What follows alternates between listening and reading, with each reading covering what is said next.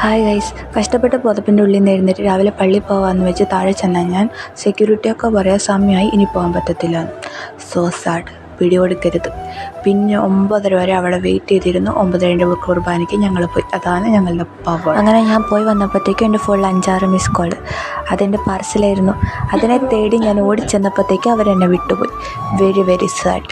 ഇന്നത്തെ ദിവസം ഷോക്കാണെന്ന് മനസ്സിലാക്കി ഞാൻ റൂമിൽ തന്നെ ഇരിക്കാമെന്ന് വിചാരിച്ചു. അങ്ങനെ പ്രത്യേകിച്ച് പണിയൊന്നും ഇല്ലാത്തതുകൊണ്ട് കുറച്ച് ഓർഗനൈസ് ചെയ്യാമെന്ന് വെച്ചു. അത് കഴിഞ്ഞ് കുറേ നേരം ഫോൺ നോക്കിക്കൊണ്ടിരുന്നു. അപ്പോഴത്തേക്ക് എൻ്റെ പാർസലുകാരൻ എന്നെ വിളിച്ചിരിക്കുന്നു ഗൈസ്. കാത്തിരുന്ന് പാർസൽ വന്നിട്ടോ. ഇനി ഇതെന്താണെന്ന് അറിയത്തില്ല, ചെന്നിട്ട് തുറന്നു. അങ്ങനെ പ്രത്യേകിച്ച് പ്രശ്നമൊന്നും ഇല്ലാണ്ട് സാധനം കയ്യിൽ കിട്ടി. I M so happy. ഇനി എൻ്റെ മെയിൻ ഉദ്ദേശം എന്താണെന്ന് വെച്ചാൽ ഇതിട്ട് എവിടെയെങ്കിലുമൊക്കെ പോകണം. അതാണ് ഇനി എൻ്റെ പുതിയ പ്രശ്നം. അപ്പം താങ്ക് യു ഫോർ വാച്ചിങ്.